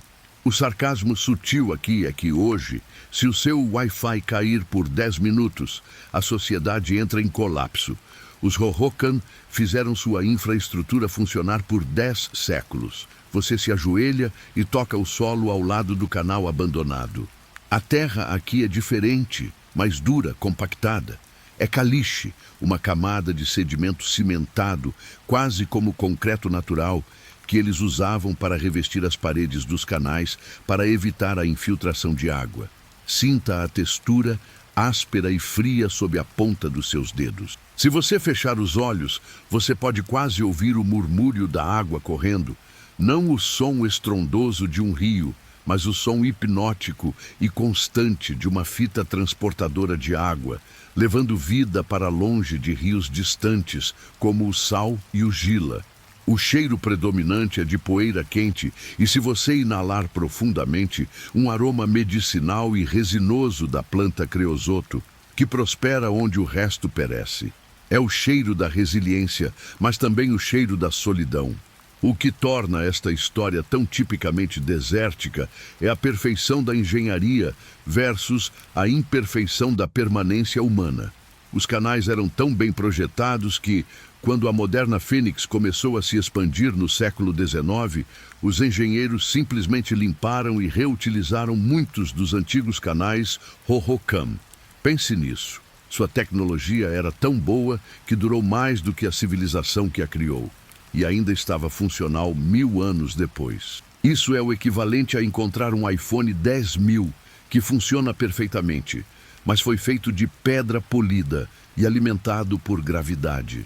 Mas se a engenharia era perfeita, por que eles se foram? Este é o enigma silencioso que o deserto guarda. Não há sinais de um ataque massivo. Não há valas comuns, cheias de vítimas de doenças devastadoras. Não houve um terremoto apocalíptico que engoliu as aldeias. O desaparecimento dos Hohokam foi a definição de um colapso lento, um esgotamento. Uma teoria sugere que o problema era a própria água. Embora eles fossem mestres em trazê-la, o deserto é um local implacável. A irrigação constante em climas áridos leva à salinização. A água evapora rapidamente, mas os sais e minerais que ela carrega ficam para trás, acumulando-se no solo. Lentamente, ano após ano, o solo fértil tornou-se tóxico. O milho murchava, as colheitas diminuíam, e o trabalho de manter 550 quilômetros de canais abertos, livres de sedimentos e reparados após as raras, mas violentas, inundações sazonais, tornou-se insustentável. Imagine o desespero. Você investiu gerações de trabalho nesta rede. Sua identidade, seu sustento, sua religião, tudo está ligado a esses canais de caliche. E, no entanto, a própria ferramenta de sua sobrevivência está se voltando contra você. A cada nova enchente, o trabalho de manutenção se torna mais monumental. A cada ano de colheita ruim, a fé na liderança e na capacidade da comunidade de gerenciar o sistema diminui. É o colapso da complexidade, onde a solução se torna o problema. A sociedade Hohokam, tão dependente de um sistema centralizado de gerenciamento de água, não podia mais se dar ao luxo de ser tão organizada. Você se levanta limpando a poeira das suas mãos. Você vê ao longe um montículo de terra que já foi um dos seus campos de bola, um local de reunião social e talvez ritual. Agora é apenas um monte de terra seca. O abandono não foi um evento único, foi uma dispersão gradual. As famílias começaram a se mudar, voltando a estilos de vida mais simples, menos dependentes da monumentalidade da irrigação. Eles não desapareceram totalmente. Eles se transformaram, se dissolveram em comunidades menores, menos ambiciosas, menos vulneráveis ao fracasso de um sistema gigante. O silêncio do deserto aqui é pesado com a ironia do esforço desperdiçado. Eles dominaram o deserto, mas não puderam dominar a química da terra.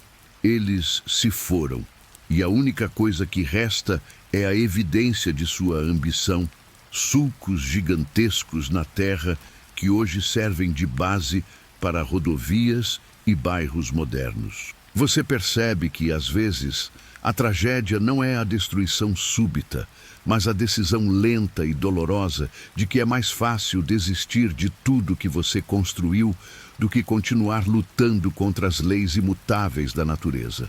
Você respira fundo, sentindo o cheiro do creosoto e da história. É hora de deixar o sol do deserto e viajar para um lugar onde o problema não era a falta de água, mas sim a falta de espaço, onde as pessoas viviam tão juntas que a única maneira de entrar em casa era pelo telhado. Você deixa para trás a poeira seca e o silêncio vasto do deserto do Arizona e se teletransporta, com um suave ruído estático que mal perturba a quietude do seu quarto, para o planalto da Anatólia, há cerca de 9.000 anos. Não há areia aqui, mas sim uma enorme montanha de barro seco subindo lentamente da planície. Você está em Çatalhöyük, e o que você vê não se parece em nada com as cidades que exploramos até agora. Não há muralhas defensivas, nem grandes praças, nem ruas. Absolutamente nenhuma rua.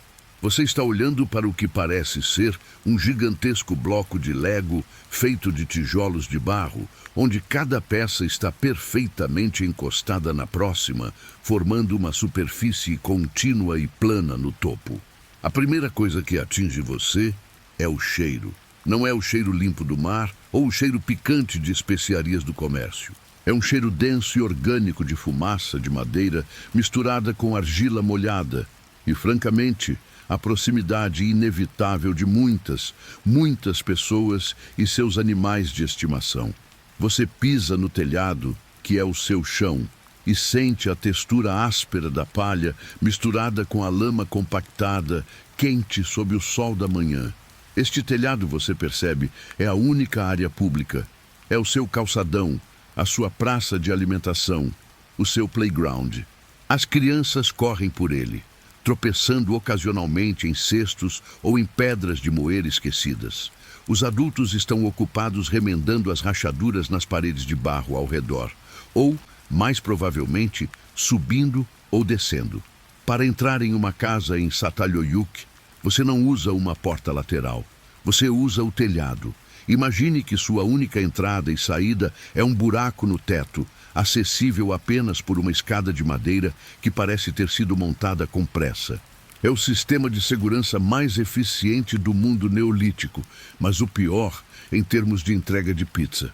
Você se agacha e desce, sentindo o ar mudar drasticamente. Lá fora, o ar é denso, mas aberto. Aqui dentro, ele é espesso, quente e pesado. É como entrar em uma sauna primitiva, mas com a fumaça de uma lareira que nunca se apaga. Você se move devagar, permitindo que seus olhos se ajustem à luz fraca que entra pelo buraco no teto, que também funciona como chaminé. O som aqui dentro é abafado. Um sussurro constante de vozes, o rangido de madeira e o suave som de grãos sendo moídos.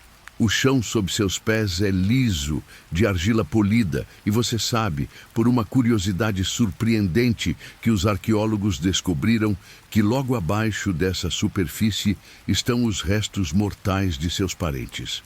Sim, eles enterravam seus mortos diretamente sob o chão da casa, muitas vezes sob a plataforma onde dormiam.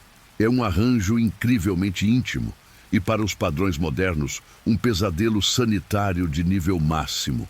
As paredes são a parte mais fascinante. Elas são rebocadas com gesso brilhante e, em alguns lugares, decoradas com murais vívidos que mostram cenas de caça ou padrões geométricos complexos. É a versão neolítica de um papel de parede de luxo, frequentemente repintado, adicionando mais camadas à história da família. Não há móveis como você os conhece, apenas plataformas elevadas de argila que serviam como camas e locais de trabalho. Tudo é construído em torno da necessidade de maximizar o espaço neste assentamento incrivelmente denso. Este lugar não é uma cidade no sentido de Tikal ou Ur. É um assentamento, mas com uma densidade populacional que rivaliza com a de um arranha-céu moderno, só que horizontal. Você tem milhares de pessoas vivendo juntas, respirando o mesmo ar enfumaçado, dia após dia, sem a válvula de escape de uma rua ou um pátio. Imagine a tensão social. Não há como se afastar do seu vizinho irritante, porque o telhado dele é o seu chão. Se ele decidir ter uma festa com música alta de flauta de osso, você está literalmente no meio da ação. O sarcasmo aqui é quase inevitável. Eles tinham uma engenharia social inacreditável para evitar brigas de vizinhos com tanta proximidade. Ou talvez eles simplesmente se acostumassem a viver em um estado constante de irritação suave. Çatalhöyük é famoso por ser um dos maiores e mais bem preservados assentamentos neolíticos já descobertos. Um fato histórico amplamente conhecido que nos dá uma janela inestimável para a vida das primeiras comunidades agrícolas. Eles eram mestres em manter um estilo de vida que era ao mesmo tempo sofisticado em sua arte e absurdamente básico em sua infraestrutura social. Eles tinham agricultura, arte, rituais complexos, mas não tinham uma administração centralizada aparente. Ninguém parecia ser o rei ou o prefeito. Era uma anarquia organizada, ou pelo menos uma sociedade surpreendentemente igualitária, onde a única hierarquia era a proximidade dos mortos sob o seu tapete. Eles viveram assim por mais de 1.600 anos.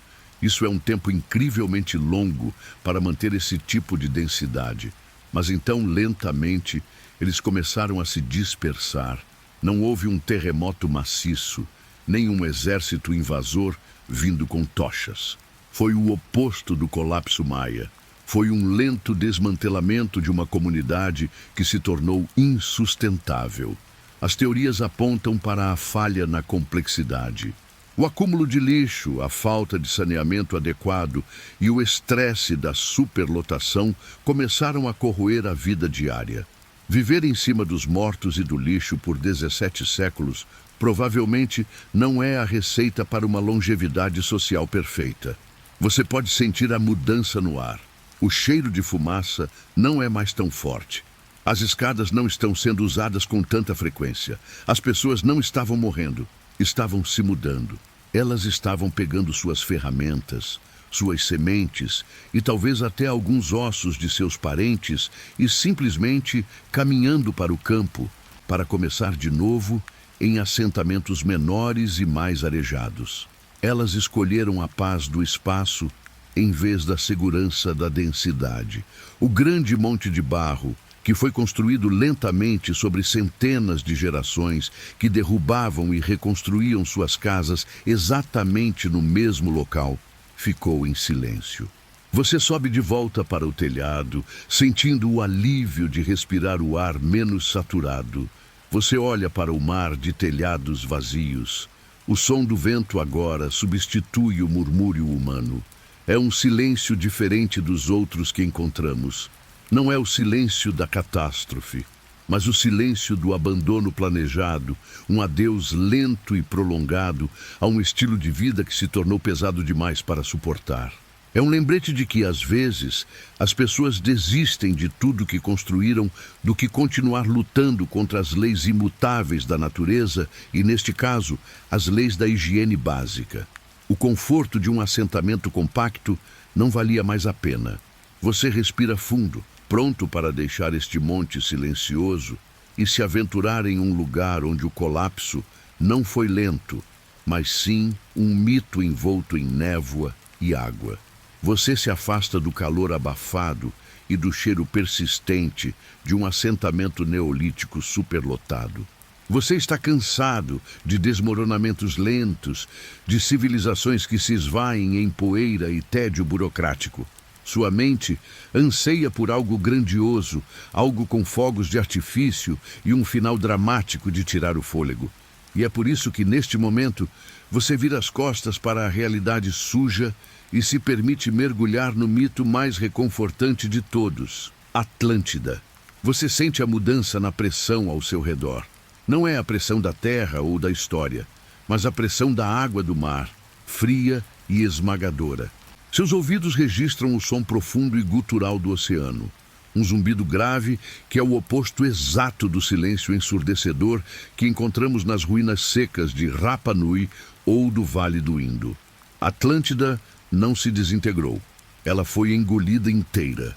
E há algo profundamente satisfatório nisso, algo que agrada ao nosso desejo inato por catástrofes limpas.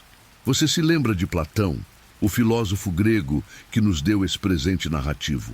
Ele estava cansado de falar apenas sobre ideias abstratas. Então ele criou o exemplo máximo de hubris e destruição moral. Pense em Platão como o roteirista original de Hollywood, que sabia que para ensinar uma lição sobre a decadência da virtude, você não pode apenas mostrar um aumento lento da taxa de criminalidade. Você tem que afundar a ilha inteira em um único dia e noite de infortúnio. É muito mais cinematográfico. Você fecha os olhos e tenta visualizar a ilha como ela foi descrita. Não era apenas um pedaço de terra. Era um monumento à engenharia e ao mau julgamento. Você pode sentir o cheiro do oricalco, o metal lendário que cobria seus templos e palácios, brilhando com um tom avermelhado que parecia bronze, mas era infinitamente mais precioso. Imagine o cheiro de metal polido, misturado com o aroma fresco e salgado do Atlântico e o perfume doce do incenso queimado em altares circulares. A arquitetura era toda baseada em círculos concêntricos de terra e água, conectados por canais navegáveis. Você pode ouvir o som suave dos barcos deslizando por essas vias aquáticas internas, o murmúrio da conversa em uma língua sofisticada e o tilintar distante de ferramentas avançadas. Talvez algum tipo de máquina a vapor ou um dispositivo movido a energia geotérmica que eles não souberam controlar. Eles tinham tudo o que poderíamos querer: riqueza incalculável, conhecimento astronômico e um clima perfeito, descrito como subtropical e eternamente agradável. Era o paraíso, o resort de luxo que todos nós sonhamos em visitar antes de percebermos que, sob o sol, a natureza humana ainda é apenas a natureza humana. O problema de Atlântida, de acordo com o relato, não era a seca, a invasão ou a falha na manutenção de canais de irrigação. O problema era que eles ficaram muito bons em ser ricos. Eles se tornaram arrogantes, gananciosos, e começaram a usar sua força militar para dominar o resto do mundo conhecido. Eles se tornaram o equivalente antigo de uma superpotência tecnológica que esqueceu suas obrigações morais. E o universo, ou pelo menos Platão, decidiu que eles mereciam uma punição imediata e total. Pense naqueles que moravam lá.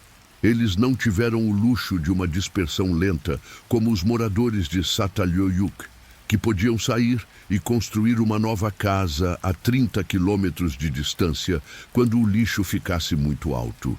Eles não tiveram o tempo de migração de séculos que os maias ou os olmecas tiveram. Foi um evento sísmico único e catastrófico. Você sente um tremor profundo sob seus pés imaginários. O chão de mármore liso de Atlântida começa a rachar. Você ouve o grito agudo do metal se rasgando, o som ensurdecedor da água do mar invadindo os canais internos com a força de um tsunami. O cheiro de sal e lodo sobe rapidamente, misturando-se com o cheiro de fumaça e vapor. Em um instante, os templos que levaram gerações para construir estão sendo puxados para baixo, não por invasores ou pela negligência de um rei, mas pela própria crosta terrestre que decidiu que já era o suficiente. É o colapso ideal. É limpo. Não há anos de fome, nem doenças se espalhando lentamente pela população enfraquecida. Há apenas o terror de um dia, a escuridão da noite, e então o silêncio. Um silêncio que, ao contrário do silêncio da selva maia, não é apenas o abandono, mas a obliteração total. A Atlântida de Platão nos oferece algo que a arqueologia real raramente oferece: o fechamento perfeito. Quando olhamos para as ruínas dos acádios, sempre nos perguntamos se eles poderiam ter agido de forma diferente, se tivessem economizado mais água ou se tivessem derrubado menos árvores. Mas com Atlântida, a lição é clara. Você foi muito arrogante e agora você está no fundo do oceano. Fim da história. Você mergulha mais fundo na escuridão fria. A pressão da água em seus tímpanos aumenta, um sinal de que você está descendo para profundidades onde a luz do sol nunca alcança. Você pode sentir a temperatura cair drasticamente, um frio úmido e penetrante que contrasta totalmente com o calor seco dos desertos que visitamos. Abaixo de você, em algum lugar, está a cidade submersa, agora apenas uma montanha submarina coberta de lodo e criaturas das profundezas. Não há vestígios de Atlântida. E isso, ironicamente, é o que a torna tão poderosa. Ela existe apenas em nossa imaginação, um lembrete vívido de que a tecnologia e a riqueza não são escudos contra a moralidade. É um conto de advertência que nunca se deteriora, porque nunca foi construído de verdade. É a prova de que, às vezes, preferimos a tragédia instantânea e épica à lenta e deprimente falência que realmente define a maioria dos colapsos civilizacionais. Você se aconchega na escuridão. O som da água se acalma, transformando-se em um suave e constante ruído branco que é o som do esquecimento. Você respira fundo, sentindo o cheiro imaginário de sal e silêncio profundo. É reconfortante saber que, se a nossa própria civilização cair, podemos pelo menos ter a esperança de que seja dramático assim, em vez de apenas um longo e chato declínio causado pelo aumento do preço do combustível. O desejo humano por uma catástrofe limpa é forte. Queremos a satisfação de ver o fim abrupto e Atlântida nos dá isso de forma magistral. Mas agora você deve emergir deste sonho aquático e voltar para a realidade mais prosaica, onde o colapso não é um mito, mas uma anatomia complexa de falhas múltiplas, como veremos a seguir. Você flutua de volta à superfície, sentindo a leveza da água, pronto para analisar os verdadeiros padrões de desintegração que unem todas essas civilizações perdidas em um abraço silencioso de poeira e tempo. Você se afasta da névoa azulada do mito de Atlântida e agora pisa em um chão mais sólido, embora coberto pela poeira fina e persistente da história. O ar aqui não tem o cheiro limpo e salgado do oceano, mas sim o aroma pesado de arquivos antigos, um cheiro de papel oxidado e pedra calcária desintegrada, como se você estivesse em um depósito de livros esquecidos que nunca mais serão abertos. O silêncio neste espaço é diferente do silêncio debaixo d'água. É um silêncio que pesa, feito da ausência de milhões de vozes que simplesmente pararam de falar. Estamos entrando na sala de autópsia civilizacional, onde o colapso é dissecado. Você entende que a história gosta de simplificar, de nos dar um vilão único, um meteoro ou um tsunami, mas a verdade é sempre mais tediosa, mais lenta e infinitamente mais complexa. O desaparecimento de uma civilização raramente é um evento explosivo. É mais como uma pneumonia lenta, onde o paciente, já enfraquecido por outras doenças, eventualmente perde a capacidade de respirar. Para entender isso, você precisa conhecer os 4 cavaleiros do apocalipse civilizacional, que não chegam de uma vez, mas geralmente conspiram em um abraço sombrio e duradouro. O primeiro cavaleiro é o clima. Sinta a secura no fundo da sua garganta. Este é o cavaleiro mais implacável e menos pessoal. Ele não tem inimizade, apenas indiferença. Você viu sua obra em todo lugar, desde a grande seca de 50 anos que desmantelou o Império Acádio, até o silêncio que caiu sobre os centros maias quando as chuvas pararam de vir. O clima não é um invasor com espadas, é a torneira que para de pingar. Imagine o som do vento soprando sobre campos que deveriam estar verdes, mas estão apenas rachados e cinzentos. O som de 1 milhão de sementes que se recusam a brotar.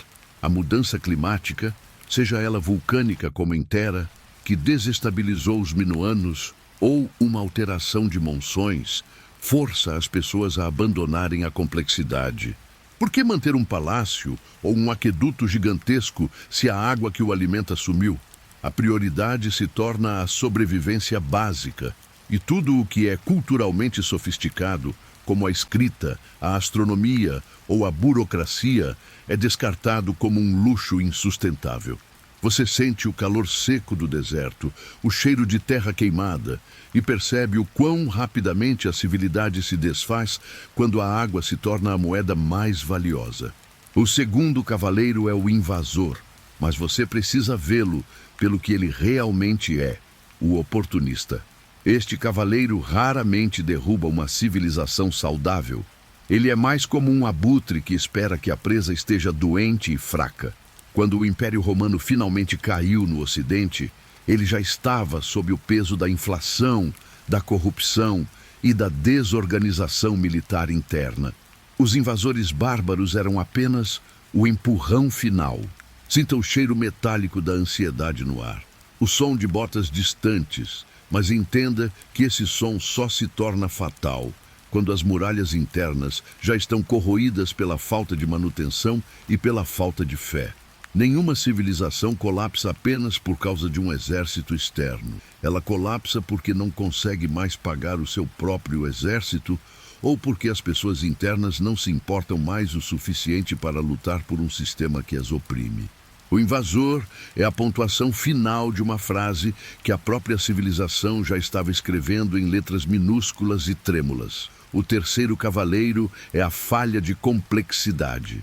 Este é talvez o mais sutil e o mais moderno dos cavaleiros. Ele não é dramático, ele é burocrático. Pense nos canais de Angkor Wat, aquela rede hidráulica colossal que mantinha milhões de pessoas. Manter essa rede exigia uma coordenação monumental, uma força de trabalho vasta e uma contabilidade perfeita. Quando a energia para manter a complexidade se esgota, o sistema não explode, ele engasga. Imagine a sensação de tentar atualizar um software que tem 1000 anos de idade, onde cada linha de código é vital, mas ninguém entende mais como ele funciona completamente. Você sente o peso de pilhas de documentos empoeirados, a frustração de tentar resolver um problema onde a solução exige mais esforço do que o benefício que ela trará. A falha de complexidade é o momento em que a civilização se torna muito pesada para se sustentar. Os nabateus em Petra, por exemplo, construíram uma economia brilhante baseada no controle de rotas de incenso e especiarias. Mas quando o mundo encontrou rotas marítimas mais baratas, toda a sua complexidade comercial e hídrica se tornou obsoleta e cara demais. Eles não foram invadidos, eles foram ultrapassados por uma planilha de custos mais eficiente. Você ouve o som de um motor morrendo lentamente por falta de óleo, não por uma batida. O quarto cavaleiro é a revolta interna, ou a dissolução do contrato social. Este cavaleiro é a personificação da injustiça. Quando a elite se torna excessivamente rica e a população comum passa fome, a fé no projeto coletivo desaparece. Por que um fazendeiro Olmec se importaria em carregar toneladas de basalto para esculpir a cabeça de um rei que nunca o ajudou? A revolta não precisa ser um motim violento. Muitas vezes é apenas um êxodo silencioso. As pessoas simplesmente param de aparecer para o trabalho. Elas abandonam os centros urbanos e voltam para a vida rural, onde a complexidade é mínima e a sobrevivência é mais direta. Você pode sentir a indiferença, o cheiro de fumaça de fogueiras individuais, substituindo o cheiro organizado dos fornos centrais. É a sensação de quebrar uma promessa, de ver a confiança desaparecer como água em areia. A anatomia universal do colapso, você percebe agora, é que esses 4 cavaleiros quase sempre cavalgam juntos. O clima falha, o que sobrecarrega a complexidade, tornando a manutenção dos canais de Angkor inviável. A falha da complexidade leva à revolta interna, pois o governo não pode mais fornecer água. E, finalmente, os vizinhos percebem a fraqueza e invadem. É um ciclo vicioso, uma espiral descendente de decomposição lenta. Ninguém desaparece em um flash de luz. Os habitantes de Mohenjo-Daro simplesmente se dispersaram e se tornaram outra coisa. Os construtores de Rapa Nui, depois de derrubarem suas últimas árvores, provavelmente voltaram a ser pequenas aldeias de pescadores, esquecendo a grandiosidade dos Moai. Você sente a poeira antiga em seus dedos, a mesma poeira que um dia foi o cimento de palácios e a argila de vasos. O colapso não é um fim, é uma metamorfose para o silêncio. E é este silêncio, o produto final de toda essa decomposição, que agora envolve você por completo, preparando-o para o último momento de quietude. Você já percorreu a poeira de 13 civilizações, e agora, no último momento, essa poeira antiga e fina se assenta sobre você. Não é o pó de limpeza moderna, aquele que você ignora até que a luz do sol o revele em um raio de ouro e o faça pensar que talvez devesse ter passado um aspirador de pó. Não, esta é uma poeira pesada, mineral, carregada de memória e tempo geológico. Você a encontrou nas ruínas de Satalhöyük, onde ela era o chão, o teto e a única rua. Você a sentiu nos ventos secos que varreram o Império Acádio, transformando o solo fértil em areia inútil, um ciclo de feedback negativo que faria qualquer economista moderno chorar. É a mesma matéria-prima que constituiu as gigantescas cabeças olmecas e os Moai de Rapa Nui. A poeira, meu amigo, é o único historiador honesto, porque ela simplesmente aceita o silêncio. Ela não tem a pressa da nossa internet, nem a indignação de um tweet. Ela apenas se acomoda lentamente sobre os escombros de palácios complexos e sistemas de irrigação que eram considerados eternos. E é a quietude desta poeira que agora envolve você. Uma promessa de que, mesmo depois do maior drama, tudo se acalma. Agora, tente ouvir o som desse silêncio. Não é um vácuo. O silêncio de um colapso tem uma textura sonora própria. É o som do vento passando por uma rachadura na pedra que antes era um templo maia. O som oco de um milênio de ausência. É o zumbido baixo e persistente da falta de 50.000 pessoas, trabalhando simultaneamente nas ruas perfeitamente alinhadas do Vale do Indo. É o som de uma cisterna vazia em Petra, onde a água antes jorrava, garantindo a prosperidade de uma rota de especiarias que, francamente, era muito mais rentável do que qualquer startup de tecnologia atual. É o som que a complexidade faz quando finalmente desiste, quando todos os nós da rede social, hidráulica e política se desamarram ao mesmo tempo. E veja bem, o sarcasmo sutil do universo é que, depois de todo o drama, as secas que duraram 50 anos, os invasores que nunca chegaram, os reis megalomaníacos, as erupções vulcânicas do tipo que fariam um filme de desastre parecer amador, o único resultado final é sempre o mesmo: um silêncio tedioso. Não há grito de batalha, nenhuma proclamação final, apenas o som de um sistema que parou de funcionar e o ar que preenche o espaço vazio que ele deixou. Essa poeira e esse silêncio viajaram até você, flutuando através de séculos e continentes, e agora eles batem suavemente na porta do seu sono. Você não está mais sob o sol escaldante do Arizona, observando os canais Rorocan secos, onde a engenharia hídrica falhou, apesar de toda a sua sofisticação. Você não está mais navegando nas águas agitadas de Creta, sentindo o cheiro de enxofre e cinzas da erupção de Tera, que deu um golpe de misericórdia na cultura minoana de Salto de Touros. Você está aqui, neste espaço seguro, onde o único colapso iminente é o seu corpo cedendo à gravidade do sono. Sinta o peso do seu cobertor. Ele é macio, talvez de algodão moderno, talvez de uma microfibra tecnológica, mas ele é infinitamente mais confortável do que a esteira de junco que um camponês khmer usava depois de um dia de trabalho árduo, mantendo aqueles gigantescos barais. Você pode até sentir um leve cheiro de amaciante, um contraste delicioso com o cheiro de terra molhada e suor que permeava as ruas sem nome de Mohenjo-Daro, ou o odor de incenso e especiarias que flutuava pelos desfiladeiros de Petra. O seu quarto é, neste momento, a civilização mais estável que você conhece. E você é o seu Deus benevolente e sonolento. Pense nisso. Você tem eletricidade, água corrente, um sistema de aquecimento ou resfriamento que ignora a grande seca Acádia.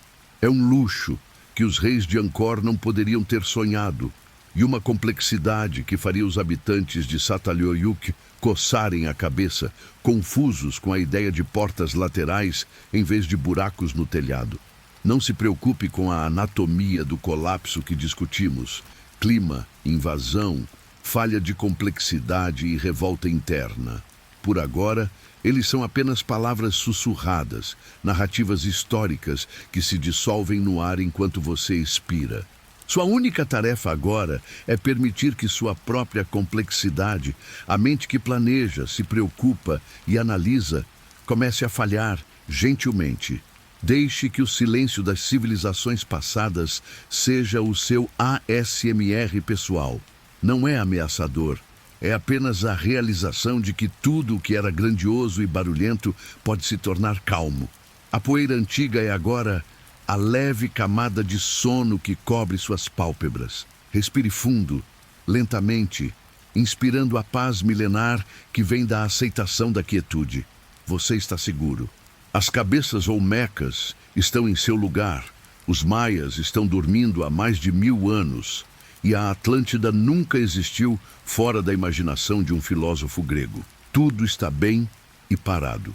O último suspiro da poeira é o seu primeiro suspiro de descanso. Não há mais mistérios para resolver, nem gigantescas redes hidráulicas para manter, nem mitos perigosos de catástrofes limpas para entreter. Apenas o tecido macio do seu travesseiro e a promessa de que, nesta noite, a única coisa que irá desmoronar é a sua vigília. Durma agora e deixe o silêncio ser a sua única companhia.